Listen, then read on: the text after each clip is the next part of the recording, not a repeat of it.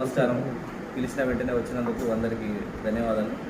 ఎందుకంటే ఇప్పుడున్న ఎస్పీ గారు మన గవర్నమెంట్ కూడా తెలంగాణ రాష్ట్ర ప్రభుత్వం తరఫున కూడా గంజాయి మీద మాదక ద్రవ్యాలు ఏదైతే ఉన్నాయో ఈ చెడు వ్యసనాలకు పిల్లలు ఏదైతే చెడుదోవ పట్టడానికి వాళ్ళకు అవకాశాలు ఉన్నాయో అట్లాంటి వాటిని అన్నింటినీ కూడా అదుపు చేయాలనేదే మన తెలంగాణ రాష్ట్ర ప్రభుత్వం యొక్క ముఖ్య లక్ష్యం.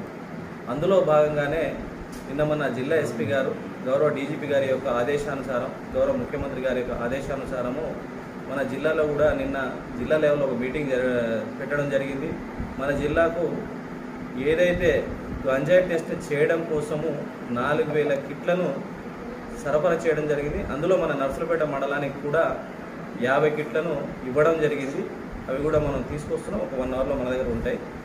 అందులో భాగంగానే ఎక్కడైనా ఎవరిపైనా మనకు అనుమానం వస్తే ఆ 10 నిమిషాల్లోనే అతన్ని టెస్ట్ చేసి ఆయన గంజాయి సేవించాడా లేదా మనం నిర్ధారణ చేయడానికి సింపుల్ ట్రిక్స్లో మనకు కిట్స్ వచ్చినాయి. గతంలో వాడు బ్లడ్ శాంపిల్ తీసుకొని చేసి అది 1 or 2 days టైం పట్టేది, కానీ ఇప్పుడు 10 నిమిషాల్లో మాత్రమే ఆ అవకాశం ఉంది. అందులో బాగానే మీడియా మిత్రులు అందరూ కూడా ఖచ్చితంగా మా విలేజ్ పోలీస్ ఆఫీసర్లు, ప్రతి విలేజ్కి ఒక ఆఫీసర్ ఉంటాడు. అలాగే మీరందరూ కూడా ఈ మండలానికి చెందిన రిపోర్టర్సే కాబట్టి మీకు ప్రతి విలేజ్లో మాకంటే ఎక్కువ ఇన్ఫర్మేషన్ మీ దగ్గరకు వస్తూ ఉంటుంది. అందులో భాగంగా మన నర్సులపేట పోలీస్ స్టేషన్ యొక్క నెంబర్ ఉంటుంది, అందులో ఎస్హెచ్ఓ గారి నెంబర్ కూడా ఉంటుంది, మీ అందరి దగ్గర ఉంది.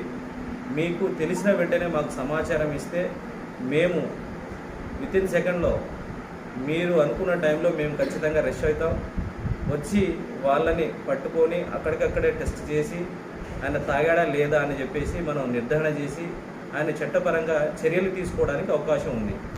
కావున మీరందరూ కూడా ఖచ్చితంగా మమ్మల్ని సహకరించాలనేదే మా యొక్క ముఖ్య ఉద్దేశం. మనం ఈ మీడియా సమావేశం పెట్టడానికి ముఖ్య ఉద్దేశం. అలాగే వాళ్ళే కాకుండా అక్రమ రవాణా చేసేవాళ్ళు కానీ, ఎవరన్నా గంజాయి మొక్కలు నాటేవాళ్ళు కానీ, లేదా ఇక్కడికి వచ్చి సప్లై చేస్తూ లోకల్లో అక్కడిక్కడ ఎవరన్నా ఇస్తున్నట్టు, ఎవరన్నా పండించినట్టు, ఎవరన్నా రవాణా చేస్తున్నట్టు మీ దగ్గర సమాచారం ఉంటే ఖచ్చితంగా మాకు సమాచారం తెలపండి. వాళ్ళ మీద మనం చట్టపరమైన చర్యలు తీసుకున్నాం. అలాగని చెప్పేసి మేము వేరు మీరు వేరని కాకుండా మన అందరం కలిసికట్టుగా పనిచేస్తే మన నర్సులపేట మండలంలో ఈ గంజాయి రహిత మండలంగా తీర్చిదిద్దడమే మన యొక్క ముఖ్య ఉద్దేశంగా లక్ష్యం పెట్టుకొని ముందుకు వెళ్ళాలని చెప్పేసి మీ అందరి సహకారం కావాలనే ఉద్దేశంతోనే ఈరోజు ఈ సమావేశాన్ని నిర్వహించడం జరిగింది.